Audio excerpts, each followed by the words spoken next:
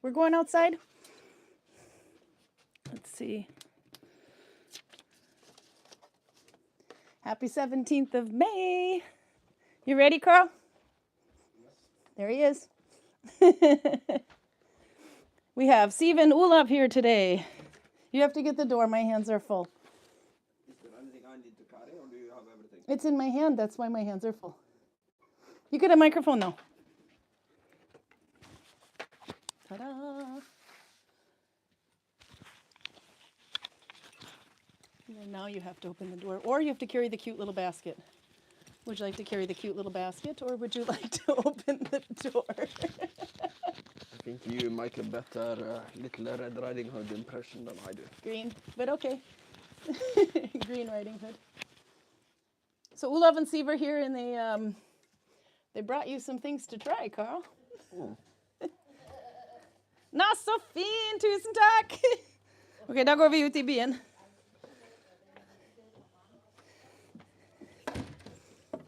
Notice the bastard could open the door but not shut it.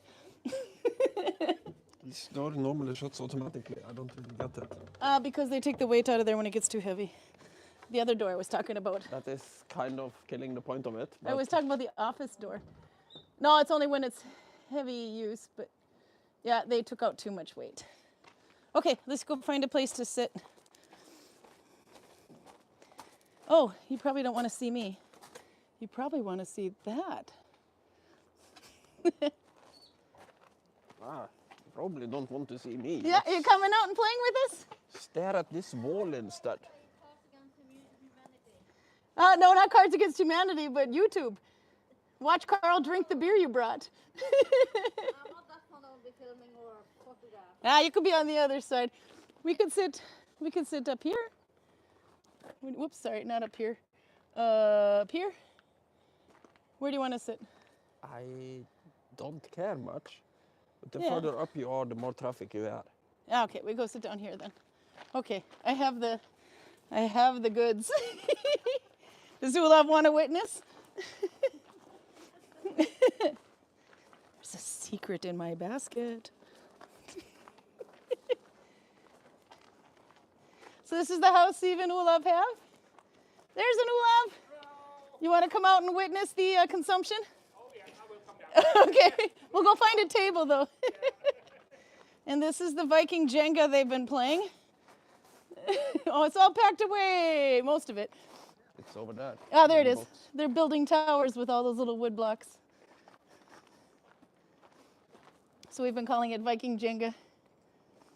Somebody comes along and builds a tall tower, and then someone comes along and smashes it on accident, or so Viking Jenga. And Knut and Britt are here.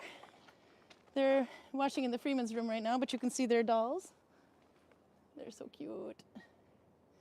The one day we're allowed to have the flag in the village, the 17th of May, which is Norwegian's Constitution Day. If you didn't know, it's a bit akin to the 4th of July, but not quite in the United States. We didn't get really independent until 1905. Yeah, you want to tell that story, by the way, to the non-Norwegians? I'm just going to photograph her stuff while you talk. If you accept me pissing all over both the Danish and the Swedish, I can tell that story. You probably would do that anyway. See how I nice they've would, been but you are laying giving me a perfect opportunity to do it. All right, tell without me what the stopping. Swedish lady said to you. The Swedish guide. I probably shouldn't. No, okay, don't tell that. She said something very innocent, and it wasn't exactly innocent to a Norwegian. And a Swedish person would know that, but I don't think Oh. we should discuss that. No, there we won't. See, she's been sewing and sewing, making lots of fun things. These are Viking age scissors, by the way. They actually did look like that. There's a couple different kinds. That question was last week, but this is one pair. We like these ones because it's this one's my most favorite out of all the ones that we will usually carry in the shop, because the blade is longer, which is easier for cutting fabric. But some of them have just a tiny blade, but these big handles. And then the dolly. And she's got Nalbinding wrist warmers with little decorations on each one. Some of it is applique and some of it is embroidery, if you recognize. And she's got linen thread and hats. Ah, there you go. there is her information if you want to get a hold of Breet. There. And she's got a little Viking dress over there for the smallest Vikings. And socks. Those are the Scholdenholm socks, by the way. Some Viking markets and such won't allow Nalbinding because it's become questionable on the finds, the dating of the finds that were found in the Viking Age. So if they are really strict on that, then you have the sewing socks on the side there. Those ones work for sure. Then she's got more. The weather was awful today, says Torben. 29 degrees. He sent me this cute picture of, Torben sent me this cute picture of his kids in their beautiful little bunads outfits. They're under traditional Norwegian costumes. And I accused him of painting figures very correctly. So she's got tunics and dresses too. Ta-da! And work in progress. We always like that. I think she's probably making either wrist warmer or socks. They got up in the middle to go clean though, so poor guys. I posted the cleaning list a little late today. And they wanted to get it done because they're leaving tomorrow. It's a Johannes! I'm waving over to you with my hand. There he is. Garden is being planted by Liga. There is linen to be grown there, or is planted there. You can come out now. Ah!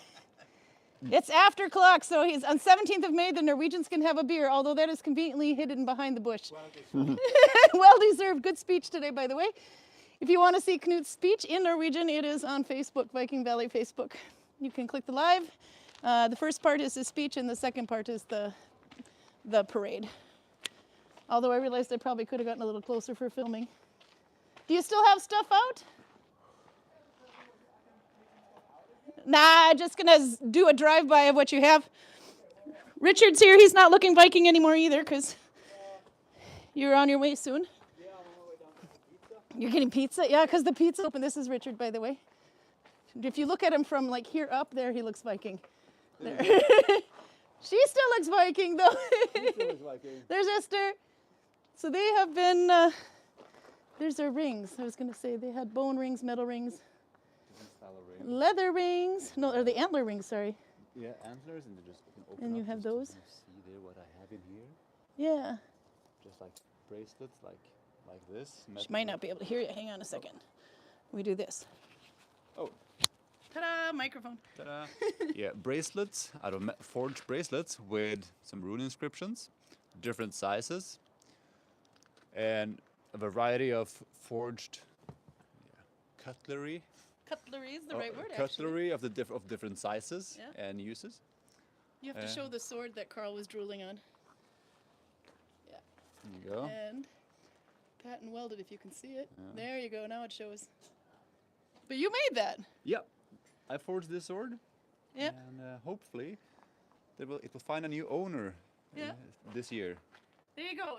For lots of money, of course, because you should not sell that cheap. Yeah, that will That's not go a lot cheap. of work. Yeah, that's Karl's a lot eyes of work. popped out of his head, and the first thing he said is, "It's out of my price category." But he's turning 50 this year, and I don't love him that much. I'm sorry.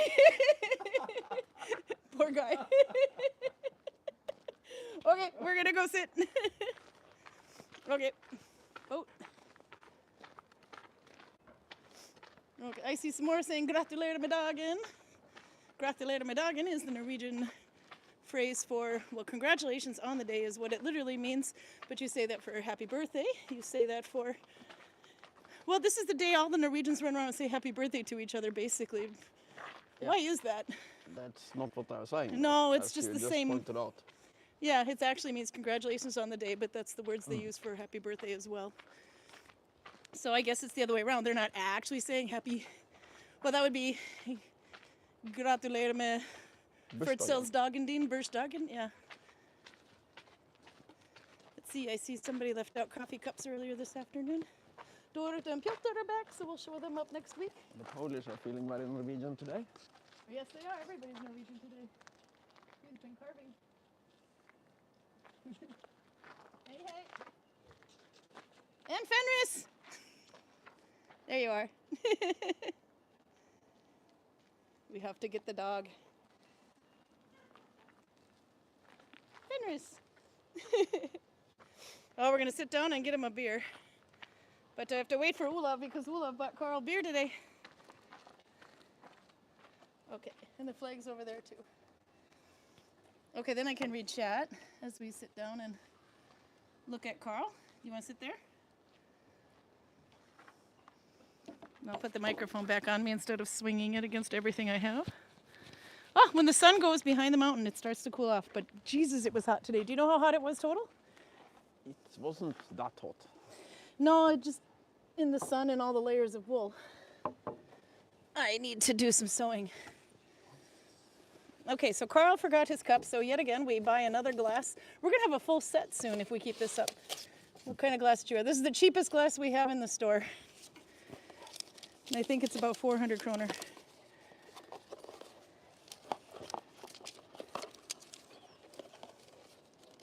There it is. And I don't use these things because they're not authentic. Yeah, the medieval thing that we used to hold. It's a modern thing. I It's don't a- think it's medieval. Oh, it's modern for Karl, so too modern. No, it's Is actually... it really? I thought it was it's medieval. actually modern because they didn't have these glasses in the medieval times. So they Okay. wouldn't need those things to hold them up. So, a stupid question, but what happens if you have to put your drink down? What about the liquid that's in your drink? There shouldn't be any liquid when you put it down. Bomski.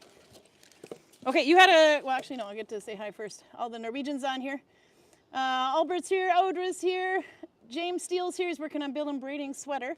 Oh my God, sweaters are a lot of work. Robert Reynolds is here. Good afternoon, everyone, he says. Happy Constitution Day. Oh, so, yeah, we got Norwegian, I forgot where James is from. For some reason, I want to say United States. Robert's from Scotland. Raymond is gotten up early to play with us today, or has the matchsticks in. Hey, he's in all the way from Australia. Then we have, he said, it's still having 25 degrees Celsius days down there, so he's pretty much on par with Gudvangen now. Look at the happy dog. Do you want to sit with us? Sure. Karl's got the microphone, but we have to look at the doggy. And then I'll keep reading chat. Johannes is an actual Norwegian too.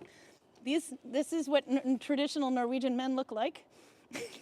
They don't have any chins, so they have to grow beards. Is that right? Of course. Did you see an unnamed source, but she's in the chat, told me that Karl looks like he's been spotted representing Italy for the Eurovision Song Contest. Have you seen that? I put it on my Facebook. I was laughing so hard. I have not. Well, it could be him. You have to look it up. Johannes Not hasn't seen it. even vaguely similar. No doubt. Ah. It's a hidden talent here. It's funny. Hidden talent here somewhere, he said. You have shaved. There comes Olav. Where's your Viking clothes?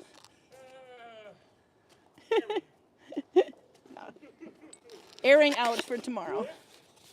Okay, so I give you a microphone too because I'm just so damn loud. I can just watch. So I'll put it in the middle then. I don't know whose coffee cups those are, but we just, I'll hide at the side. yeah, we'll put it in the middle here.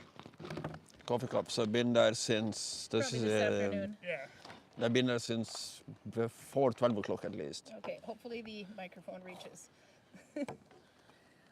So you want to show them what you got? Oh. Well, we'll Do you want to start with that one or this one? It's your Yeah, torture. You we decide. can start with this one. It's a Swedish one, and ecological and no fruit. Oh God. Swedish, ekologisk, and no fruit, Karl. It starts with 2 points against it for being Swedish and ecological, but Norrlands use the Northlands light. It's 4.7 though, so there is alcohol in there. yeah, that's the only saving grace this thing probably has, but see, it's a lager. Roger's here from Huntington Beach. And Arlene's here from Canada. Audra's here from Norway. She says the speech was really good, Knut. I have to go and tell him. See, I'm going backwards now. Arlene loves the scissors. Hers are sharp enough to cut leather cleanly. Oh, that's good to know. I to get a pair of those. You know, if somebody were shopping for my birthday, they'd buy me a pair of scissors like that, but we're out of them in the store, I think. Oh, maybe we got some. Leah's here. She's from the United States. No, there's a bottle opener. That's it. Yeah, that's how a Viking opens a bottle. Johannes was impressed with Karl's actions. Max is here. Faroes here, Belgium, Susan's here, Adirondacks. Heidi Lisette is here from up north. Her Does brother just left. almost smell like bear. Good thing you had to drink that all up before you put the cup down. It's actually not horrible. Really? Whoa! You're impressed with that?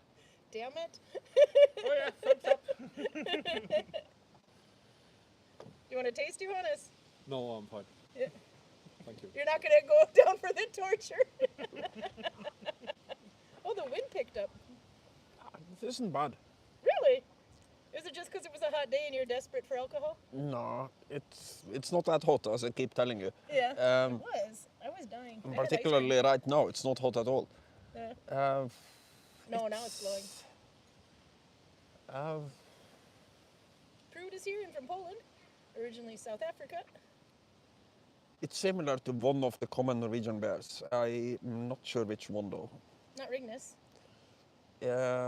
Might be. maybe. Has it been so long since you had a normal Norwegian beer that you don't know Yeah, anymore? actually true. I don't drink the normal ones anymore. It's the occasional Hansa when I can get nothing else. Beautiful scenery. Says, oh, I can't. I couldn't agree more. Torben is here, another Norwegian. I think I said that earlier, but you know what? It's a lot of Norwegians today, so yay. But yeah, did you want me to explain the 17th of May thing? Yep, I've explained the 17th of May thing. You're surrounded by Norwegians, so the only one you're going to insult is the American over here and anybody watching. But, you know, No. they only write text, so it'll be okay. The ones that are going to be insulted by this is the Swedish and the Danish. The 17th of May is not the Norwegian Independence Day, it's the Norwegian Constitution Day. Yeah. Because what happened was back in the high medieval times, in the 1200s somewhere, a Norwegian prince marries a Danish princess, and because they don't really have internet or any good communication back then, it makes more sense to have your capital in Copenhagen than in Oslo. So basically Norway, Denmark becomes a union, and it's basically ruled from Copenhagen because there you have a lot better communication with the rest of Europe. Then we start a period of time that in Norway is known as the 400 års natti, or the 400-year night, where we have a long succession of Danish kings that are, every second one is called Christian and every second one is called Frederick. And they don't really lose track of this for like 300 years. It goes Christian, Frederick, Christian, Frederick, Christian, Frederick. Until we get up to the Napoleonic War. What happened in the Napoleonic War, and I've mentioned this before, is that there are only 3 really big fleets in Europe. You have the French-Spanish fleet, which is pretty impressive. Yeah. You have the British Royal Navy, and you have the Norwegian-Danish fleet. Yeah. After the Battle of Trafalgar, the Spanish-French fleet doesn't exist anymore, for some reason. No. They had some minor accidents, and well, basically, Admiral Nelson understands war, they don't. So they lost their entire fleet. But there is one more fleet that is very accessible from continental Europe that Napoleon can take, and then you're back to square one. You have to fight him on the sea again. And that's the Norwegian-Danish fleet, and it's moored in Copenhagen. Because the Danish are stupid. They have no We land. did warn you, okay? They have We did no warn the land Danes and army. the Swedes this would not go So well for them today. if Napoleon wants this fleet, he can just walk in and take it. There is nothing at all the Danish can do to even delay this. So what the Danish should have been doing, if they had like half a brain cell between them, is to move the fleet to Norway. Because then the French would have to swim to get it. And I don't think the French are good swimmers. If they were, they would smell better. Oh God, Karl, now he's insulted the French. But what happens is that the English have a preemptive strike on the harbor of Copenhagen, while Denmark is still neutral. So the Danes thought that neutrality is the best protection in this war. The English just can't obey the idea that Napoleon might have another fleet. So they send their entire fleet to basically go to the Danes and go, okay, I want all your ships, you have 24 hours. The Danish go, well, nobody knows what they're saying because they speak Danish, but the answer is anyway no. So the English start bombarding Copenhagen and burn or steal all the ships. Yeah. Bjørn har helt på So there are no ships left. No. But this also forces Norway. Sit if you like. It's YouTube. This also forces Denmark, Norway in Napoleon's side in the Napoleonic War. And you don't have to be a rocket scientist, historian to know how that ends. So we lose. Napoleon's side loses the Napoleonic War. And Norway basically goes as war booty to the Swedish for reasons that are completely incomprehensible to me, because the Swedish kings now and back then are of House Bernadotte. They are the descendants of one of Napoleon's generals. So they are managing to get like the bonuses for playing for both sides, as per usual Sweden. And but in 1814, Norway is independent for like 3 months. Yeah. From we are out of Denmark's control before we go into Sweden's control. So we do what every sane person would do. We immediately write a constitution. So a lot of Norwegians gather at Eidsvoll and basically write a constitution. I would say not bad for the European constitution, but still not as good as the American one. That's the only one that actually makes a little bit of sense to me, because it kind of quantifies rights for the individuals instead of basically going, yeah, and you can do this and you can do this, unless Kongen Statsråd says otherwise, which is what the Norwegian constitution basically says. Yeah. But we wrote it, but then we have put under Sweden. But now we have started to develop a pretty strong sense of national identity. So everything like the 17th of May celebration and all of this is kind of made while we are under Sweden. And people think of the dissolution of the Norwegian-Swedish Union as like a great example of diplomacy triumphing over war. But that's not the case at all. No? What actually happened is that the Swedish can't really stomach the idea of an actual war. So they give up.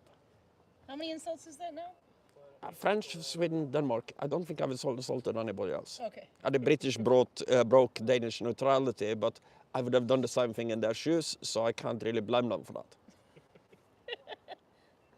And the happy ending of the story? Well, the happy ending of the story doesn't really come for a while.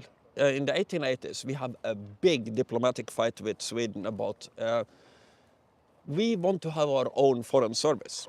Sweden thinks that, okay, you are under us, you have your own constitution and you have your own courts and so on, but foreign service is our business. You don't get to have your own diplomats, you don't get to have your own foreign minister and so on. Yeah. So what we do, and this is something that the Americans should recognize a little bit, is that, well, back then there are two political parties in Norway. Both political parties still exist, but are now completely different from what they were back then. You have Høyre, which is basically back then the pro-Sweden party. And then you have Venstre, which is back then the farmers' party. Venstre gets a majority in the 1880s, and one of the things they do is to start shooting clubs, skytterlag in Norwegian. So basically, okay, all the military officers are pro-Sweden, all the farmers are pro-independence, and they are now armed. Mostly with pretty good guns for the time. And I know how to use them because they're practicing all the time. That's enough to scare Sweden. By the way, it's after 6 o'clock and the Vikings are finally allowed to use their cell phones. There was a lot of filming going on behind you. Everyone has their phone out now because we can't use it all day, and then we can. So basically, a deal was made by Sweden, and this is kind of funny, because there is one thing that the Swedes still control in Norway. There is one thing we are not allowed to do, and that's to build fortifications along the border. Because we started doing that when we were in the bloody union with the fuckers. Oh, God. And I say, Not for kids. if you demolish all your fortifications, you can be independent. And we go, okay then. Because if we are independent, we don't really expect to go to war with you anytime soon. By the way, Sweden, welcome to NATO. We'll probably not have to fight you. I'm sorry. That's all I have. Not for kids, says Raymond. So we'll look at you two giggling over there for a minute. Okay, there's some questions here. We have to go back there, see if how they handled your conversation here, Karl. Love the pupster. By the way, I noticed Fenris almost looks like he's been eating ice cream. He's starting to get a little gray around the mouth. Look, hey. Hi. They're getting a little gray around the mouth. He's a beautiful dog. Okay, then we'll check to make sure he's a boy dog. Sorry, I just noticed the camera went right there. Yes, everyone, Fenris was male. Okay. Did Karl say war booty? As in B-O-O-T-Y? Booty. Yes, Booty, woman. booty. Exactly. This is a popular after-hours activity, by the way. There is another funny side point to this story that I can mention quickly.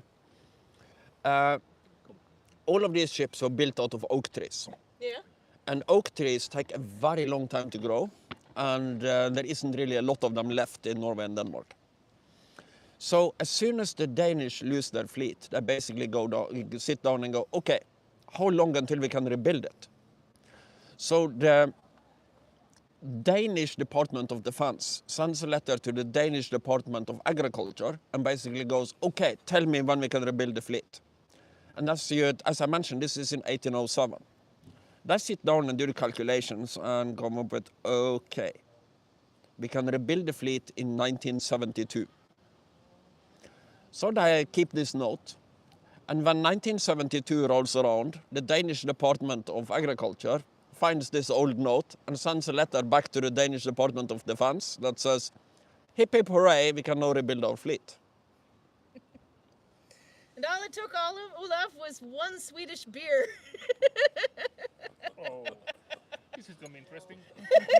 I can't wait till he has the other one. Okay, there's some more chat here. Let's see.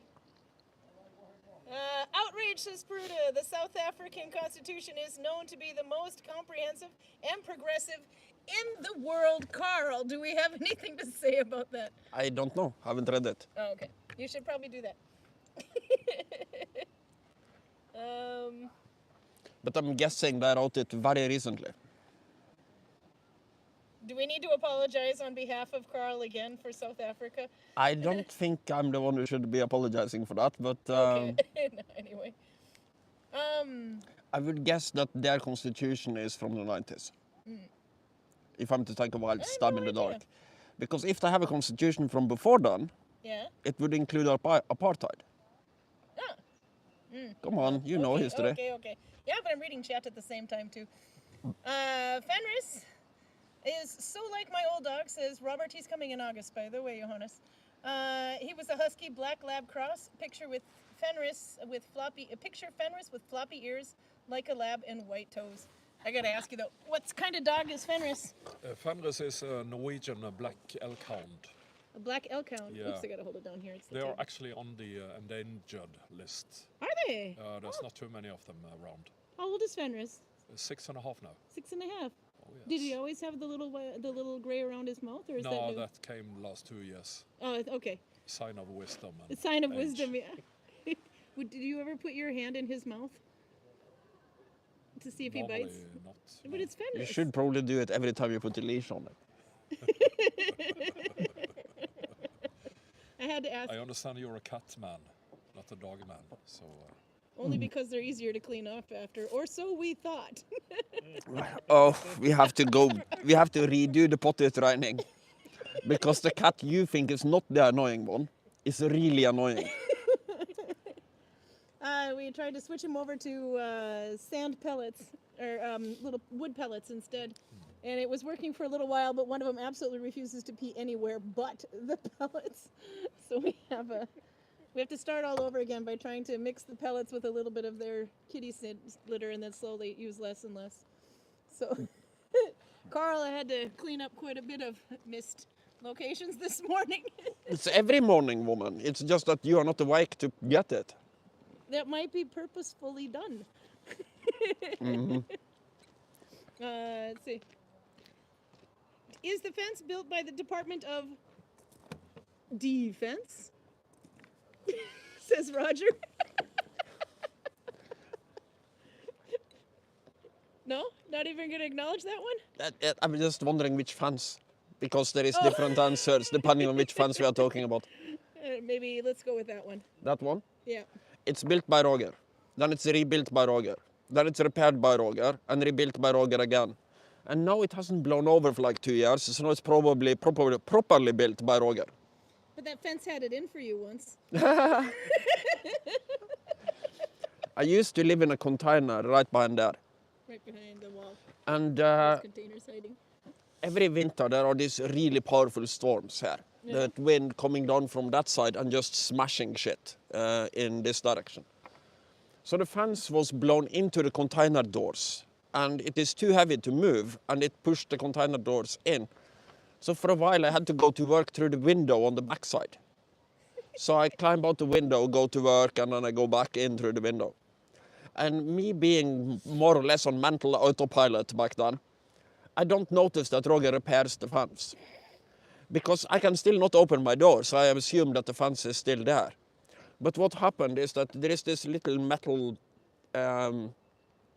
frame thingy that sticks out over the door. And when the fence came down, it bent it down like this. So it keeps my door shut, even though the fence is gone. And then I go to work and I'm on my way back in my window and I turn around and I say, the fence is fixed. Why can't I open my door? And then I go and have a look at it and I discover that this metal thingy is pushing on the door. So I just use the backside of my axe to smash it back up again. And then I can use my door again. Didn't Virginia also get locked in by the gods of wind? Yeah, Virginia was in the same situation. I think it was at the same time, yeah. Yeah.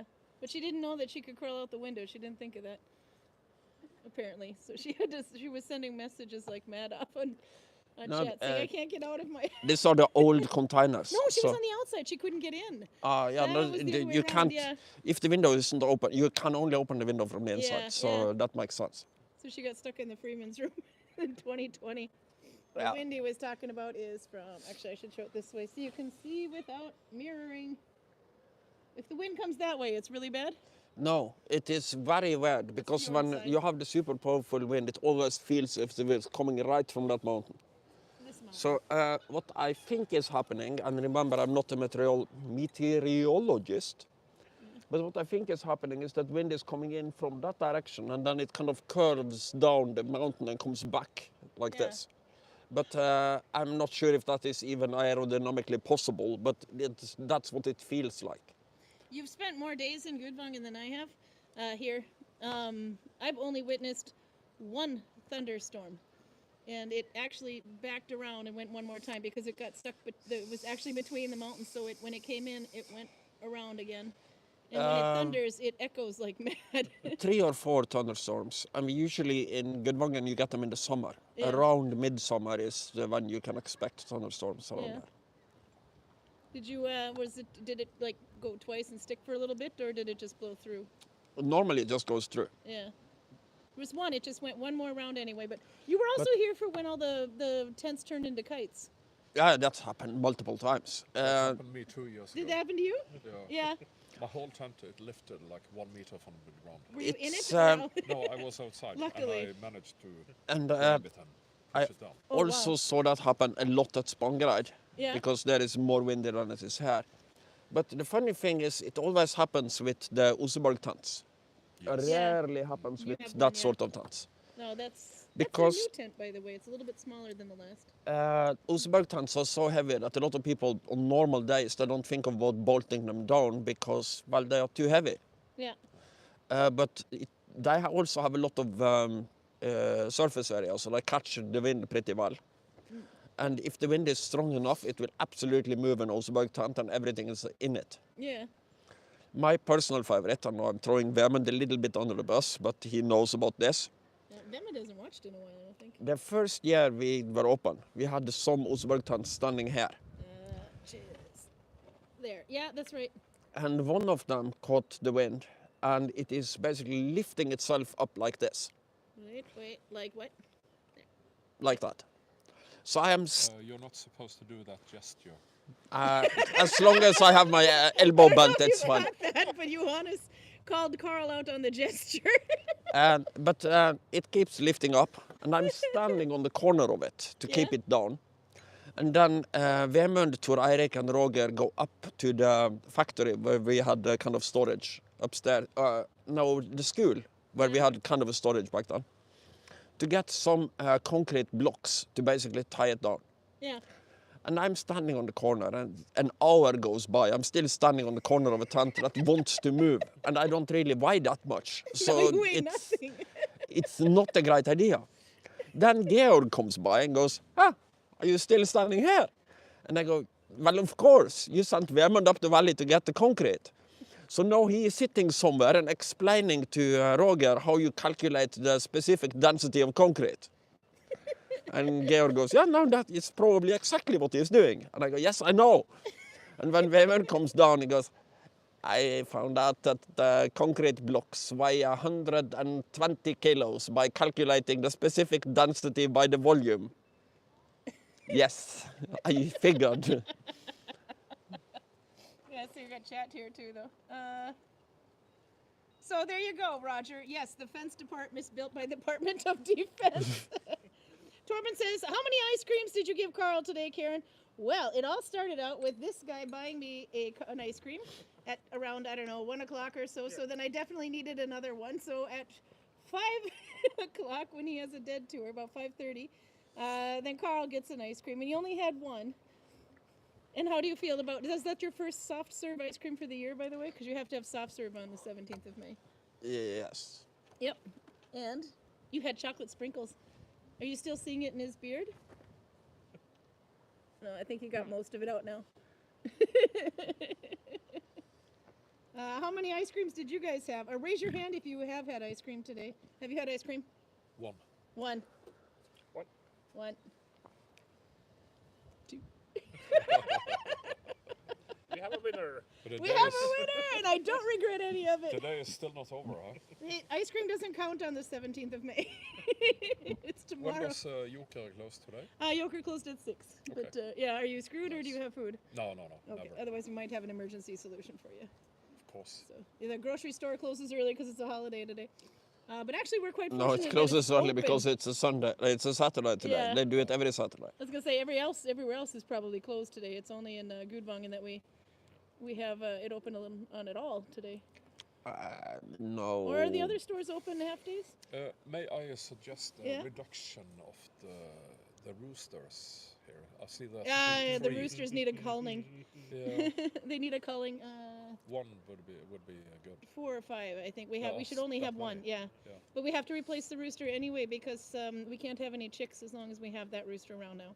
Exactly. Because we're gonna have we'll have inbred chickens if we don't. Strange birds will Yeah. come. So now it's dads and kids fighting against each other, and we don't want to anything other than that. But yeah, too cold for ice cream today, says Arlene, but she's in Canada. It's blowing now. That you can check the beards. That's how you know if it's blowing. Both of you are like some action going there. Too bloody cold for ice cream for Peruta in Poland. Max says, so how do Vikings deal with wisdom teeth, or do they remove it? I would say probably not. And people die of stupid shit in the Viking Age. So an infection in your teeth can absolutely kill you back in the Viking Age. Yeah. But at the same time, dentist has existed for thousands of years. Yeah? Like in old Egypt. In Old Egypt, yeah? You would have not actual least a form of dentists, but dentistry. you have, Yeah. interestingly enough, barbers and blacksmiths who can do a little bit. But short of finding somebody with a set of pliers and a You don't do high tolerance for other people's pain, there isn't really that much you can do. Don't do like a little rope and a door. Just, That's how you get rid of your milk teeth. That's not how you get rid of your wisdom teeth. yeah, you guys are boring. Tom Hanks in Castaway use Yeah, Tom Hanks skate. did. Yeah. So Oh yeah, it God. can be done. I'm sure. Get a little bit of knife it. Oh my God, that's a lot of pain. Hey, but they did. That's on the other thing too, though. They also filed their teeth. Some Vikings did. Yeah. one find of that. Was it one find only? Yeah, Damn, I was No, super and excited. they present it like it's was a common thing to do. Yeah. And also we don't know if that was purposefully done or if it was some kind of side effect of some kind of craft that they were doing. Yeah.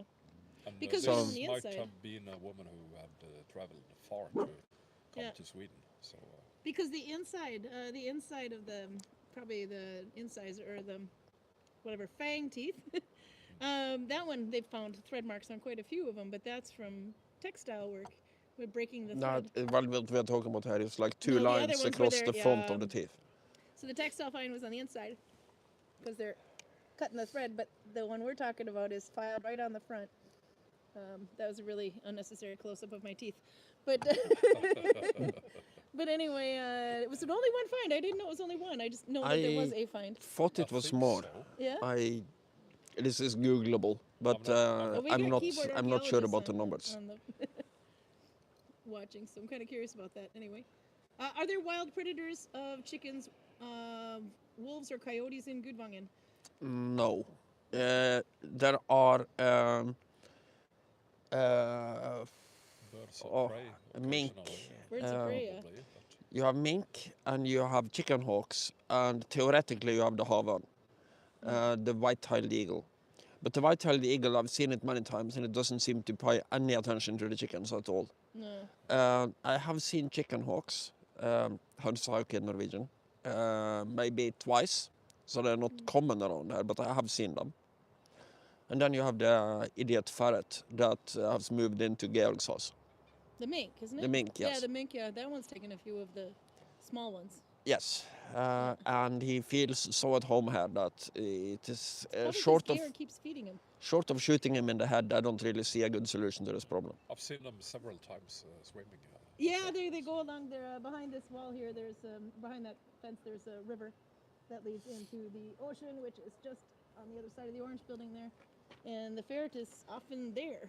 Yeah, he likes to hang around with Georg in the chieftain hall. And Georg, because Georg feeds him. He's got candles.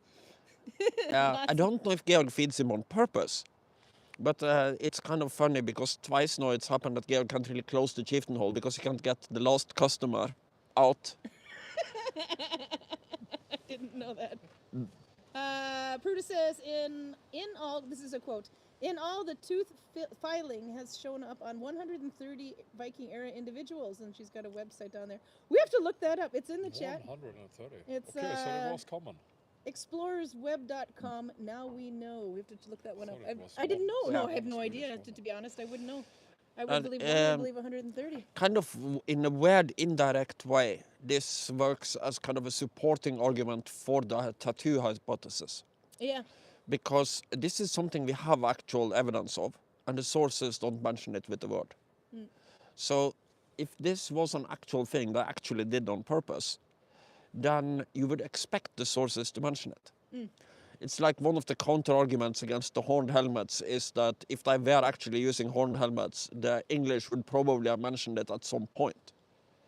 But then again, maybe they were using horned helmets too. Of course, there is a picture on the Oseberg tapestry with a horned figure. Yeah, the one that, but they assume it might be ceremonial, if at all. Yeah, probably. Yeah, Yeah, but but, there's also the weapons dancer has. Ceremonial You is... have some findings from Germany from Bronze Age, I think. Yeah, that's the Proper helmet. I don't buy the ceremonial thing Yeah. because ceremonial weapons and ceremonial armor is not really a thing. no. It's an insane idea that somebody in a warrior society has like a party helmet and an actual battle helmet. And every time he's in trouble, he has to go, okay, horned helmet off, proper helmet on, enter, fight! It's ridiculous. Yeah, the camera turned off. Can you do that again? No. Just kidding. It's like the people who think that the cross axes are ceremonial. Yeah. What do you use a ceremonial axe for? Yeah, explain quickly with yours, what does the cross axe look like? We have one right up there, but Yeah, it's but the I'm not one getting where so far. this part is cut out. Like a cross. And you have like what looks like a Christian cross kind of growing into the open space. Yeah. The thing with the cross axes is that they are super light compared to a massive axe. So Yeah. they will move around very fast. They're also flimsy, so yes, they will break at some point. Are those But they are only not- found in Denmark? Those. I'm not sure about exactly where they are found, but they're from the late Viking Age. And there are several finds of them, and they are associated with Varangian God. Varangian guard, yeah. As Yeah. I'd say in my horrible English. But they are very light, and let's say they are ceremonial, and you have gods that are holding this super light razor sharp axes that are kind of flimsy, and they actually have to use them aggressively to guard something. Are they still ceremonial when they chop your head off?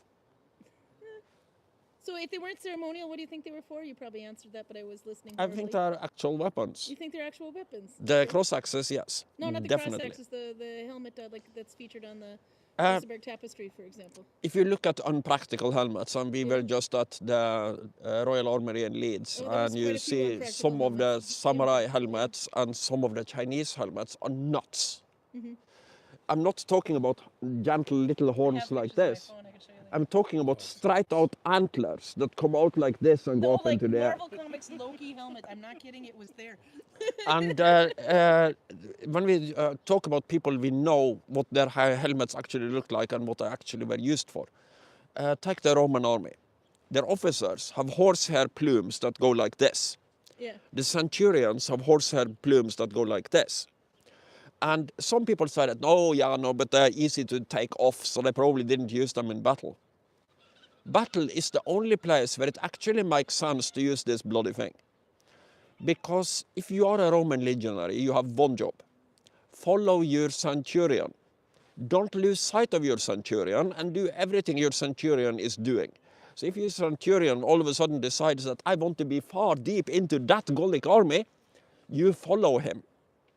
And if you can't tell the difference between him and some other dude, you're just standing around being confused for the entire battle. The point of the horsehair plume that goes like this is that it's very easy to see from behind, so you know who to follow. Yes, it is a little bit of a tactical problem that other people can grab this thing and start pulling your centurion around by his head. But again, as I point out, it's easy to detach. So I would probably just rip it off. And then you have a very angry centurion who wants his horsehair plume back, which is probably a bad situation to be in. Let's see. You got some more here. Party helmet, laugh my ass off, says Robert. Let's go see if maybe I might have skipped. Oh, yep. Have you still got your hillbilly smile, Karin? Wait, sorry. The dentist isn't open on holidays. Okay. So yeah, now gotta get that tooth fixed. It's the cavities. They start if you've got cavities or fillings in the 80s and late 70s, then they're slowly exploding. Okay.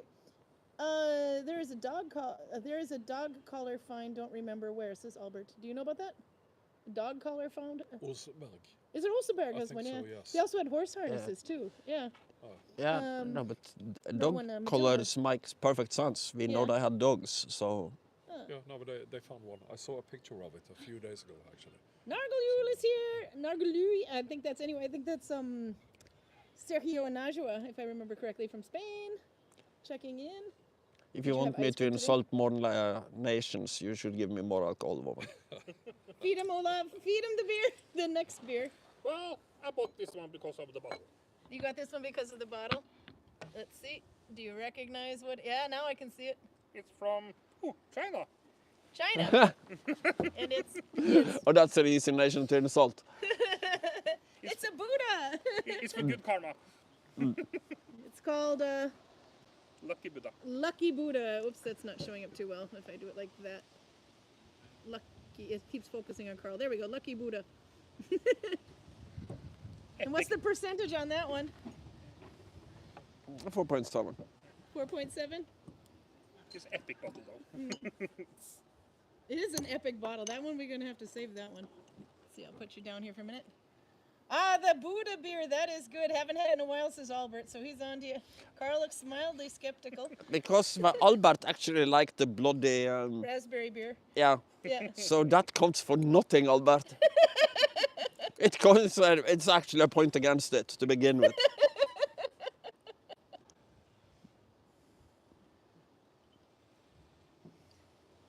Everybody's like, you could hear a pin drop now. Smells bear-like.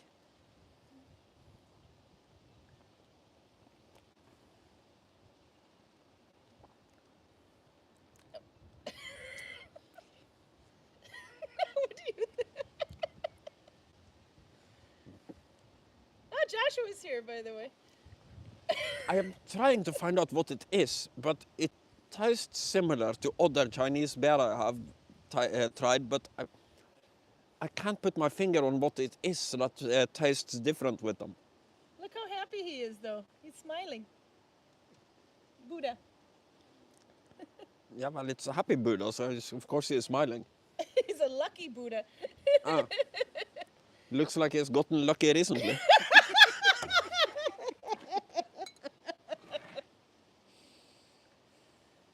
Joshua Van Niekerk, anyway. That's a new name. Where are you from? With a name like Van Niekerk, I'm probably killing it. I'm going to go with Dutch. Yes, he's Yeah, Dutch. he's probably Dutch? Yeah? He might be Belgian, but he's probably Dutch. He might be Dutch or Belgian. Okay. So anyway, we're all going to place our bets here now. Which one are you going to go with? Before I'm going with Dutch. You're going to go with Dutch? What are you going to go with? You're going with Dutch? Okay, I'm going... South Africa, you both! Al, isn't that the same thing?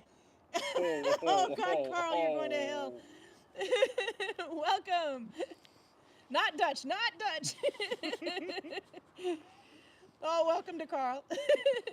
Roger says it tastes different. ... That's a urine sample from Great Buddha bottle. Where did you buy that? Can you get more? Yeah. A war deer. Var deer. Says Joshua. Okay, let's see. There's some more here. Heidi Lee said they're all laughing at you now. Albert says it tastes like a rice pilsner, but it's been 6 years since he's had it. Yeah, rice. Rice is the secret common in. How much percent is in that? 4.7. Let's see if I hold it like that, it'll focus on it. It's the lucky Buddha. Do you feel lucky, Buddha? Knowing who I'm going home with, I'm probably going to get lucky, yes. You say that like it's a difficult thing. It's 4 years now. Okay.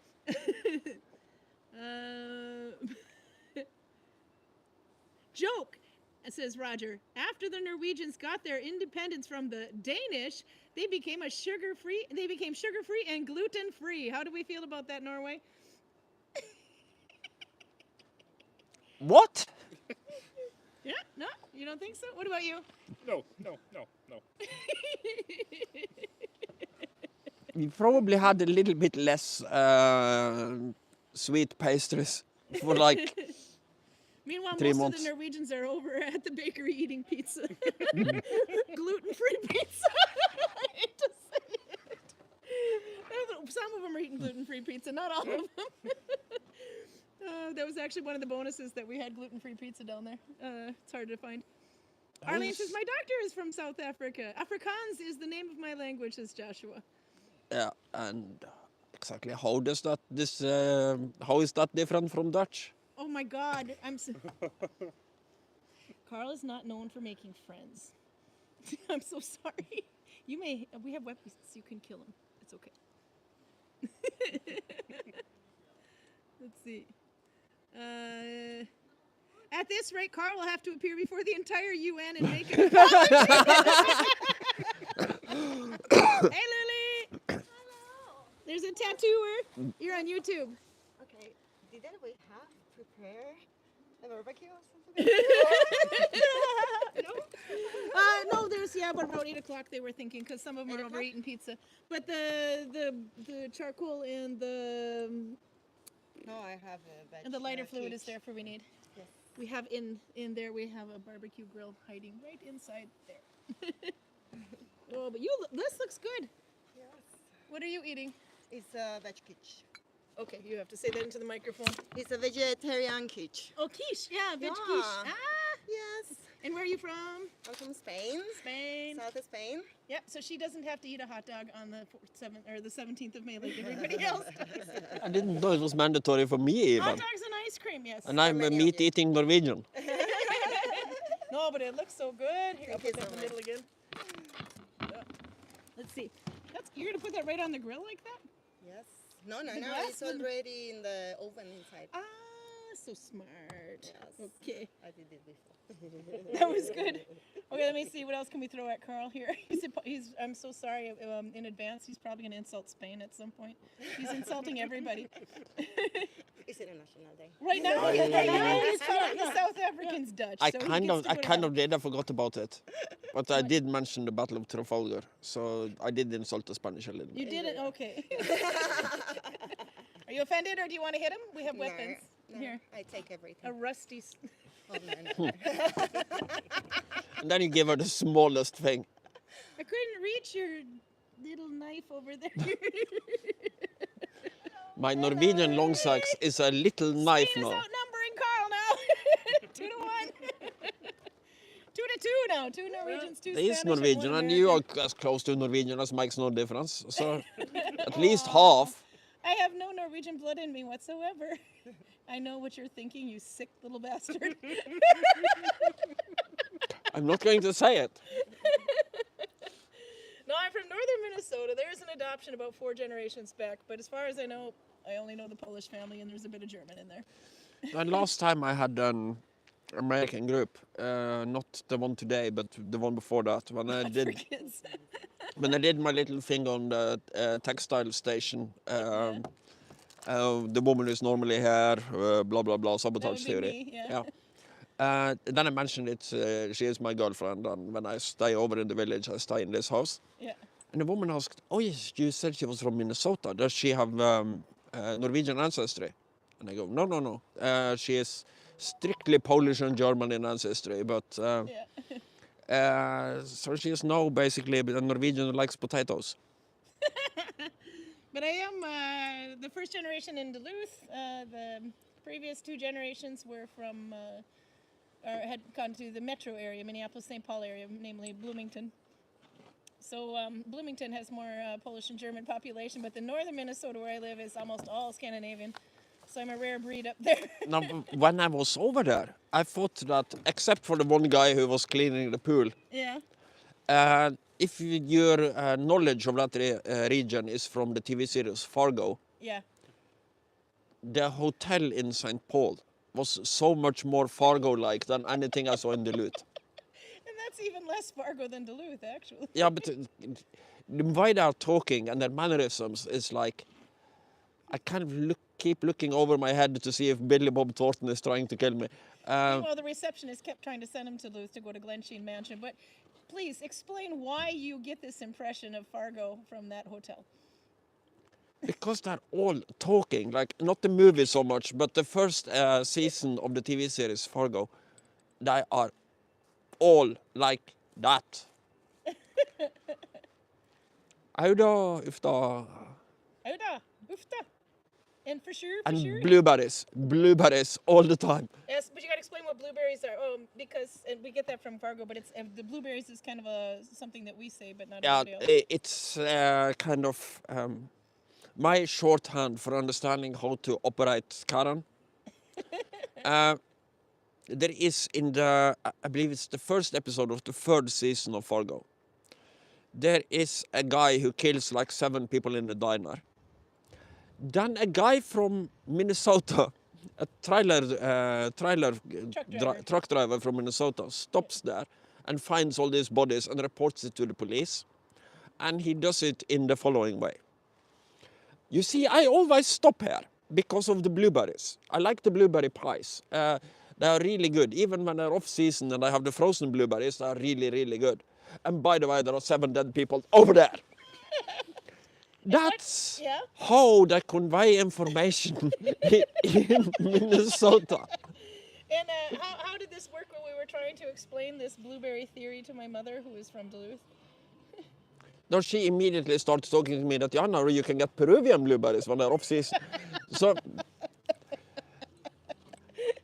yesterday I was traveling back home to Gudvangen, and Karin calls me about a staff meeting man, we're that gonna has been at work, basically new instructions, new plans and so on. Yeah. And I know there is going to be something interesting here, but I just have to suffer through all the blueberries to get to the good part. We might have a copyright issue. You have to talk louder so that you don't hit the music that's over on the other side of the fence. But actually, we're at 60 minutes anyway, so we might have to go soon. Max says, I've been practicing flerfärgsvikning for quite a while now, and I'm doing some, still some needle binding. This is written in, I have to talk loud so Karl's microphone picks me up.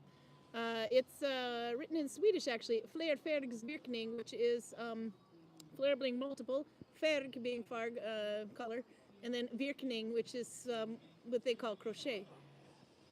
So they would say, like, if something is virkad, it's crocheted. If I was to translate it directly, it would be multiple color functioning. Yeah. What they call, well, yeah, but no, but virkning is, yeah, it's the way they would say that it translates directly to worked, but in Norwegian they'd said heckling. And I think you can say heckling in Swedish as well, but for some reason they say virkad quite a bit. So it's probably multiple coloring crochet, if I'm guessing correctly. And then Perudis's Afrikaans is daughter language of Dutch that is technically a Creole of Dutch and Khoisan, if I'm not killing that, with vocabulary from many languages, including Norwegian. The Norwegian is curious. Yeah, no, I don't really understand how we ended up teaching the South Africans how to speak, but How's your I'm lucky, willing to take credit for it. How's your lucky Buddha juice tasting?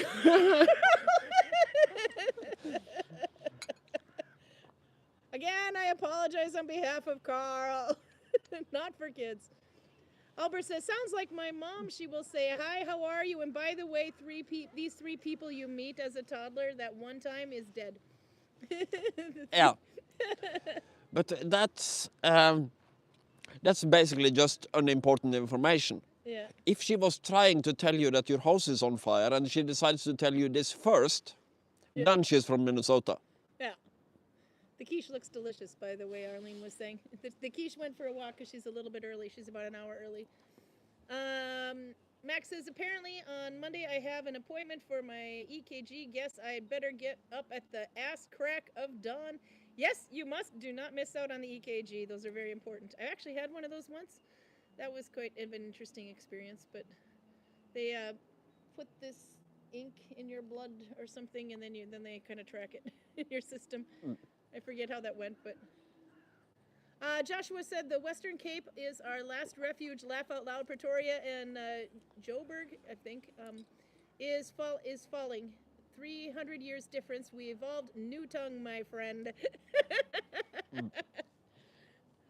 I don't think Joshua's appreciating your lucky Buddha juice. I don't see why he would have a problem with my lucky Buddha juice. You have it coming. You know what? If Karl can pick the fight, you can definitely pick it back. Let's see. I was supposed to do some needle binding today, but I forgot my yarn, and due to the holiday, I hope you'll forgive me, but we did it the last 2 weeks. Basically, Arboga stitch. my impression of Afrikaans as a language is that it's Dutch with extra grunting. Yeah. Well, actually, I think the music is dead, so I can... I can hear the music. Yeah, but if you can't identify it, if it's unidentified... let's see. There, now I can turn this microphone back on. No, the music is, as long as it's unidentifiable, it's okay, but if they're playing too loud and anything picks it up, then all of a sudden this part gets deleted from YouTube. And no, we need to know what a bastard Karl is, so we don't want anything deleted. Albert says, God, I had to take EKG every year while I was on ADHD meds. Oh my God, that must be horrible. Hey, I was gonna say, there was another question though, and without going too much into overtime, because we have someone giving us a ride soon. Culling, that one I asked you about, we got a question about, was it a Viking age tradition? Yeah. And what is culling exactly? I don't know exactly what it is, but the way you explained it to me is that it's a particular way of singing. Like to call cattle of when you're something. doing a kulok, for instance. What's a kulak? Kom kyra, kom kyra. something like that. If you hit the copyright notifications with your beautiful calling, If this is copyrighted, then copyright goes way the fuck further back in time than I thought it did. But, okay, so that was a Viking calling. no, we just don't bloody know what anything sounded like in the Viking Age. Yeah. All you can do is to do your best guess. And somebody like Selvik and Vardruno can probably make an educated guess, Yeah. but it's still just an educated guess. Yeah. If you use their instruments and you try to get we know the verse rhythm from their poems. Yeah. And for all we know, these poems might have been put to music. So if you make something with their instruments that works with their poems, then they might have done that. And I'm sure there is a way to do it, but there is almost impossible to know what anything sounded like 1,000 years ago. I missed a line in there before Roger's joke about the Norwegians that got their independence from Danish. Joshua had in one there as well. This is so good. Life defends Swede Africa. Show more of the Viking. Oh, this is good. Joshua, you gotta come back every week. Put Karl in his place. Audra had said earlier, I remember in Iceland in the caves where they led tours among the many carvings in the stone, there was one drawing of a horned helmet. I didn't know that. In Viking history, says Roger, were there any posers or imposter douchebags that had any shiny armor but no battle scars? I totally love where this is going today. Douchebag. I'm sure there were, because this Any seems thoughts? to be an eternal concept. Yeah. But I'm trying to come up with somebody from the sagas that actually fit the bill. Brutus's Dutch is just Afrikaans with an American accent. Do not let the Dutch there are Dutch behind that fence over there. Do not let them out. At least one Dutch one. That's Anyway, why we have the fans. That's oh, God. You're horrible. But, oh. Oh, Grand Prix, says Audra. Yeah, they're just probably going to go catch it. Is that on now? It's 7 o'clock, so that's quite possible. So Audra is excused to go and see how Karl does representing Italy. It's Did they have any douchebag Vikings? I'm sure they did, but I'm trying to go through what my recollection of the sagas to come up with an actual example of one, and I'm struggling. Is this a next week question so you can do proper homework to see what kind of a douchebag Viking you can insult? Well, it depends on who gets to write the story, because if somebody shows up in their best armor with little experience and gets immediately murdered by Egil Skallagrimson, from their perspective they were doing their bloody best. From his perspective, they was a poser. Yeah. It's Go after Nordisby has joined in. the thing with the Vikings is that they are a warrior society through and through. So even what we would consider a poser is somebody who just hasn't killed as many people as the other ones. There are nobody in the Viking society that basically manages to rise to the top of their society without having done anything. Yeah. That's almost entirely impossible. You can't basically just show up in great armor and go, "Hi, I'm a great warrior," and everybody believes you.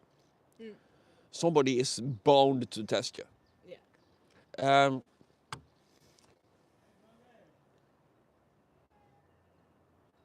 Titt han finn som jervemann ferdast, that ingen er aller best. That's Karl speaking Norwegian. not Lucky That's a free recollection from the Hovmod. If I had Haralder here, I could probably get it correct. Yeah. But it basically says that he will often find, he who travels or he who surrounds himself with brave men, Yeah. that nobody is the very best. So if you pick a fight, somebody is going to take you up on it. Oh, absolutely. So when you're picking as many fights as you are definitely always walking around with belt weapons because you kind of have to now. No, I always carry this. Yeah. These 3 items is always on me when I'm working. Yeah, they're on you at home too. And they're all reenactment quality. But I have all of these things in sharp versions too. Yeah. So I could go full Viking. But that would ruin one of my little jokes when I'm doing my guided tour. I'm sorry. Your sister's online, Kaya, and probably Björnar as well. Gratulerar med dagen. I think Karl got the kulak wrong. You're supposed to make the cows want to come to you, not run and blind panic in the opposite direction. Your sister's got you there, man. I gotta say. Can you demonstrate that one more time for us? Come here! Okay, so that Viking did it anyway. There was actually another question in here. Max says, I wondered if the Vikings did some backstrap weaving like people did in the Americas. I, without knowing what I'm saying, would absolutely say yes, absolutely. And the reason for this is because I can actually turn it. You can see me and my beautiful teeth. So Karl can smoke. sneak a, yeah. But your microphone is on. No, the reason I would say that they would is because tablet weaving is also done often with backstrap. Because sometimes you have the Oseberg loom. The Oseberg loom that they use for tablet weaving is basically 2 poles with another one in between and one in the bottom. And when you stepped on, you would have the beginning of your weaving tied to this one, and you'd have it tied to the other end, which you would, kind of retie it constantly whenever you started running out of space. And then when you stepped on the bottom board, it would cause it to tension. But not everybody used that, actually, because lugging that thing around, even though it was easy to disassemble and assemble, it would still be kind of a pain in the ass. So you could actually just attach it to one end to a tree or a pole of anything or whatever, and have the rest wrapped around your back as you're working and work on it this way. And so, in a sense, backstrap weaving. But we also know that heddles were used in the Viking Age, and a heddle is one of those boards with the lines through it, and you can lift them up and down, but you would also have to keep the tension somehow. And backstrap is the most portable way to do that. Yeah, and I've seen both Pavel and Björnar do it for what that counts. Cutting my head off here. There we go.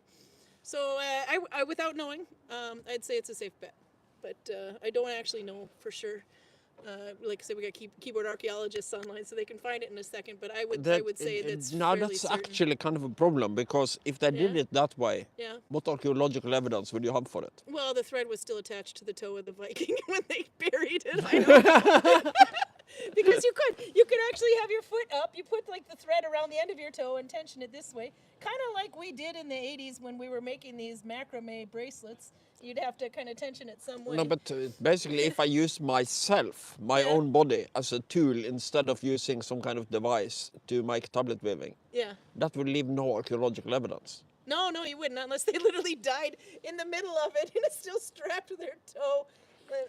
What are you talking about, being flash frozen in a blizzard? PJ. PJ was here, had to run shopping. We had a quick hi from Somerset in England. She's on holiday. She just arrived in a beautiful, quirky 16th or 17th century house. Oak beams, low ceilings, uneven staircase, creaky floors, full of character. This sounds a lot like that hotel we stayed at in Ashbury. It was wonderful. I don't think it was 16th century. No, I don't know when it was from, but I mean, when you walked from one side of the room to the other, definitely. you were literally walking. I mean, I was afraid I'd roll out of bed because the bed was... you're sleeping this way, but... The floors were so wonky that I was thinking that it would be a nightmare to wash them. Yeah. Because the water would just run into one of the walls, and there you are. Why they had carpet on it. We don't know what's underneath the carpet, but it was a very... I loved the hotel though. I thought it was a... Well, I was... It was quite cool. It was a pub one. On the day when Karin was on the course, I was just sitting in that pub and drinking a very strong beer every 2 hours. Yeah. You noticed I was a little bit incoherent when I finally found you after the course. Yeah, you were. Because no, I didn't notice. But I think you said something about it. The strong beer is the best beer, generally speaking. Yeah. And I decided that I shouldn't get overly drunk, but I can't just sit there and play with my phone. No. I have to buy a beer at least occasionally. Yeah. And when you drink a 10% beer every 2 hours for 6 hours... That course was at 10 o'clock. That's 3 10% beers. Jesus.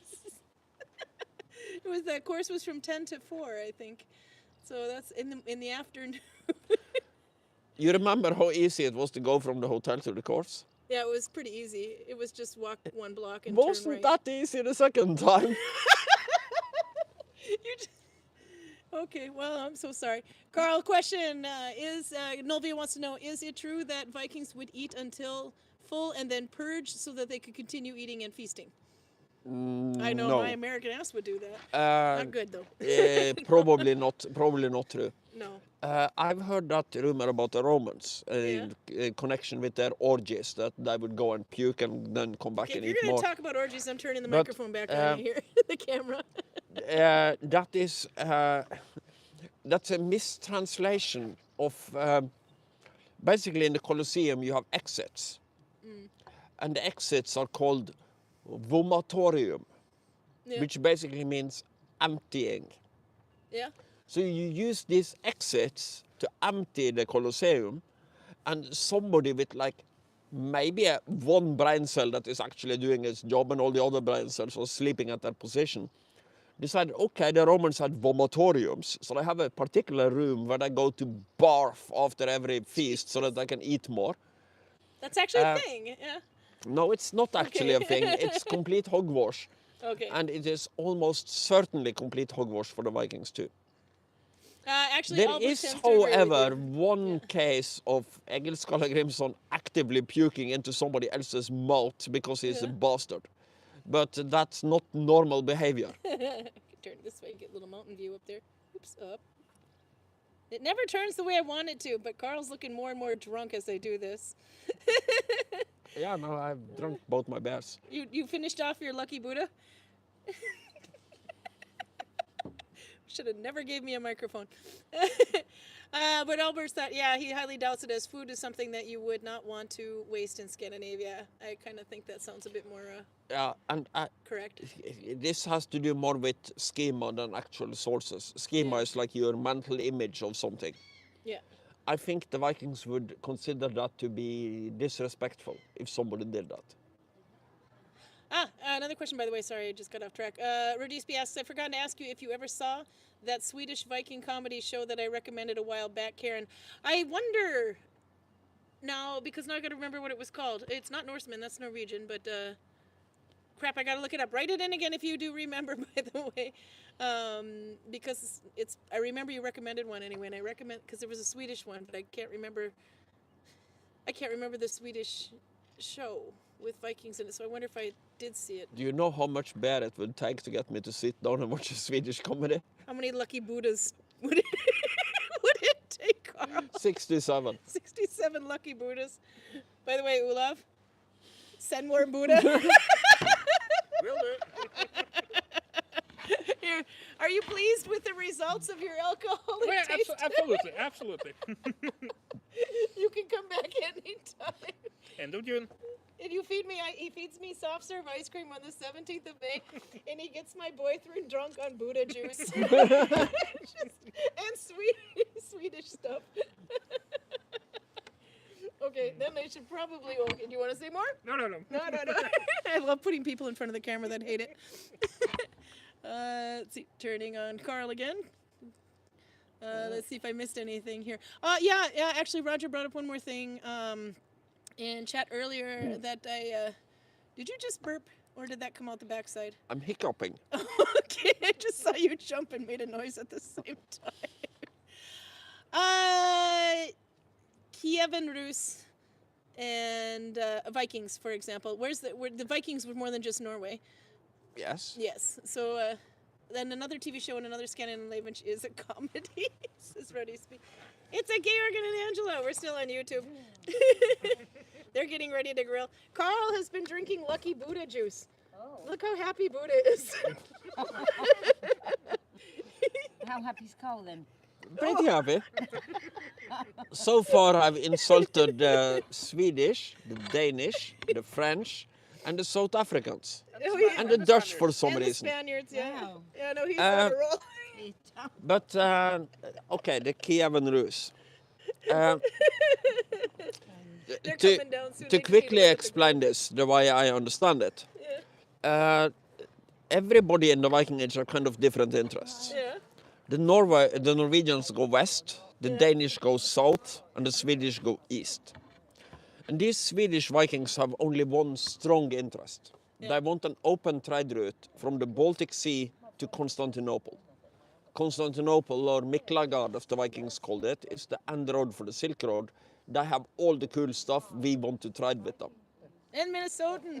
That's right. And He's insulted when the you Minnesotans. trade with the Byzantines or with Constantinople from the Baltic Sea, you sail up the rivers that go north.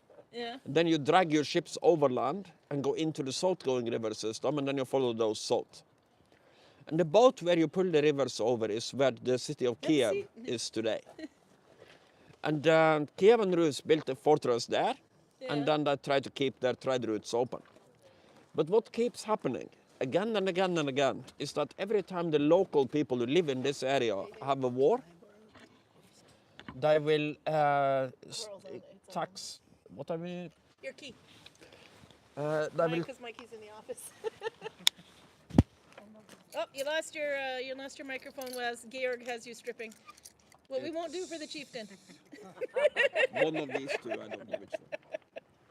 Okay, did you find your microphone? Yeah. Okay, continue. So every time they are fighting a war, they will tax trade on the rivers because that's a good way to finance the war.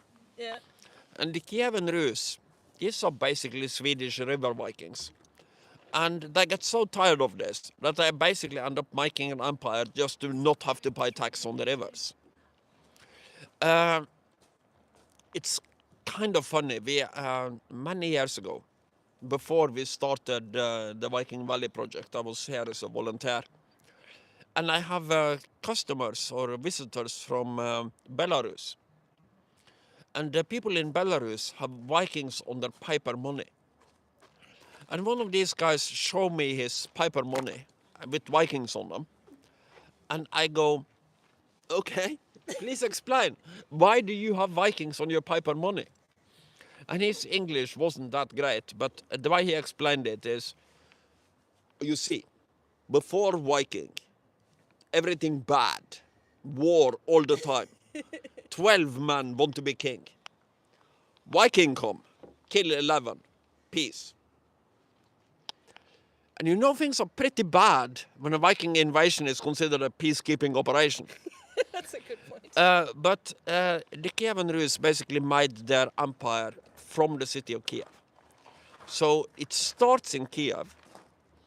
And, okay, funny little side note here.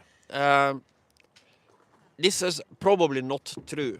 But the story is so good that I'm going to tell it anyway, which is something I rarely do when it comes to stories that are not true. But one of the kings of the Kievan Rus, well, they call them princes. I don't remember his name. But he is basically, for some reason, he decides that our religion is probably wrong, and one of these other religions is probably right. So he sends out emissaries and have the Muslims, the Jews, the Greek Christians, you can think of them as the Orthodox, and Latin Christians, you can think of them as the Catholics, all send him emissaries to basically try to convince him that their religion is true. And he almost immediately throws out both the Jews and the Muslims because not drinking alcohol and not eating pork just doesn't work for Vikings, so bye-bye. But he is going back and forth between the Greek Christians, the Orthodox, and the Latin Christians, the Catholics. And while he is doing this, his wife is out traveling. And she gets to Constantinople in her travels. And then she immediately just drops the rest of her travel plans and goes straight back to her husband and says, "You don't really have to speculate about this anymore, because I have seen a building that couldn't be built without the help of God." She had seen the Hagia Sophia, the big domed, it was a church back then, it's a mosque now, in Constantinople. So that's why you have the Russian Orthodox Church. The Kievan Rus decided to go Orthodox. But if this story is true, what I just can't help but think about is, what would have happened if she had gone to Rome and seen the Colosseum? Would you then have the Russian Catholic Church instead? That could be interesting. Most likely, the explanation is that they are living right next door to the only superpower in the world at this time, the Byzantine Empire, and they are Orthodox. So most likely it's just political common sense to go, yeah, we probably should worship God in Greek. But it's hard to say. The Russian Empire, Russia, was originally founded in Kiev. So the capital was originally Kiev. The reason the capital kind of moved to Moscow, and this is, I might be wrong about some of these details because this is after the Viking Age. When the Mongols invaded, they basically took over everything. They wiped out the Russian Empire. But the first people to get back on their feet after the Mongol invasion is the Prince of Moscow. Ooh, that's a big question, Max. Not the Kiev. So after the Mongol invasion, the capital is Moscow, not Kiev. Yeah. So you could say that Swedish traveling tradesmen, basically slave traders, are the foundation of both Russia and Ukraine. But these people are super adaptable, and they are not alone. They are integrating into Slavic culture, marrying Slavic women. So it's basically new leadership, but business as usual. So exactly how much influence they had is kind of up for debate, but they are kind of the catalyst.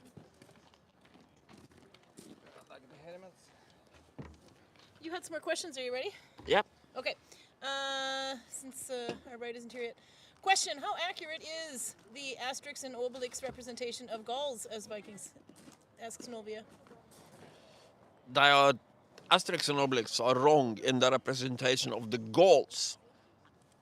That's exactly what Robert said. There is an episode of Asterix and Obelix where they're dealing with Vikings, and that's also wrong because this is at the time of Julius Caesar.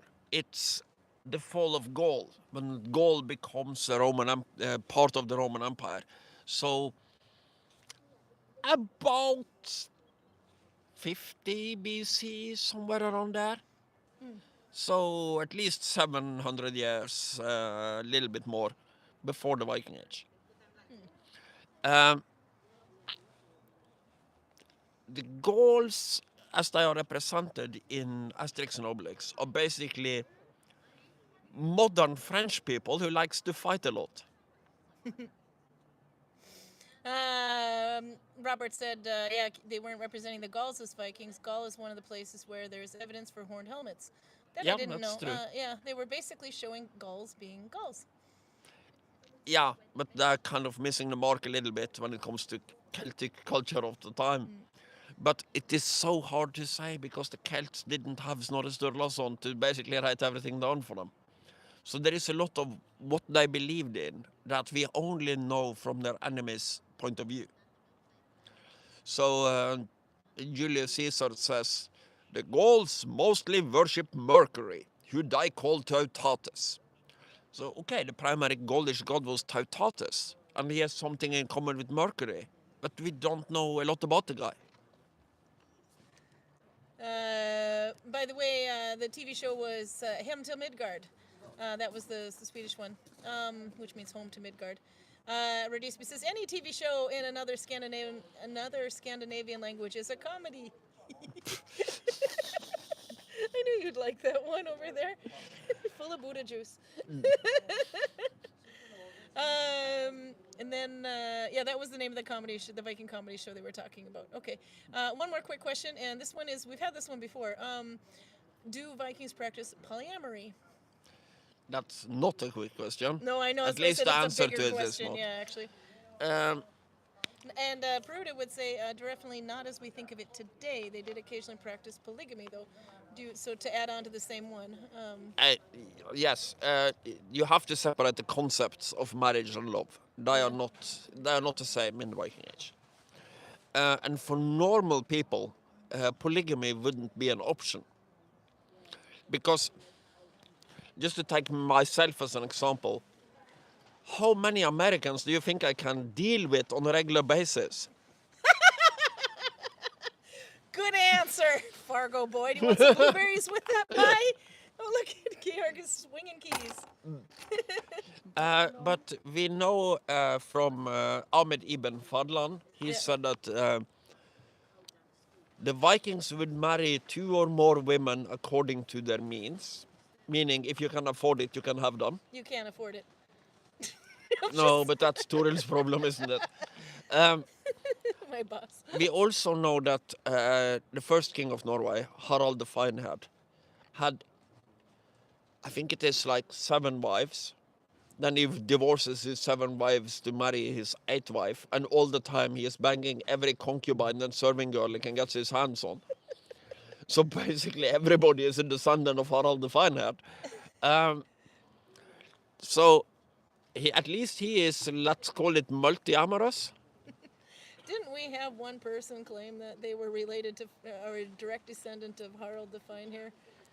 I wouldn't be the least bit surprised if everybody here was a direct descendant of Harald the Finehead. What about the Minnesotan with no Scandinavian background whatsoever? Still entirely possible. Okay, so I could be, yeah. Oh, That's I all see- right. I see an Isak is here. Yeah, it is. We're I'm ready. going to move slaves to push the tracker. He's gonna. And we are the slaves. Okay, so then we're gonna go. Karl, are you happy with your lucky Buddha? The lucky Buddha seems to have worked. Are you happy with your Norrlands use? It wasn't as bad as I was expecting, being said with a Swedish really and high ecological, pitched so I voice. started with 2 points against it. This one only started with 1 point against it for being from China. But Now you've insulted China by liking their beer. China, you deserve it. Oh, come on. Okay, so anyway, then we'll be back 6:30 next week. I don't see any reason why we can't be on at 6:30 next week. Olav, you done good. You did really, really well. Okay, see you next week at 6:30. And I have to push this button. Bye.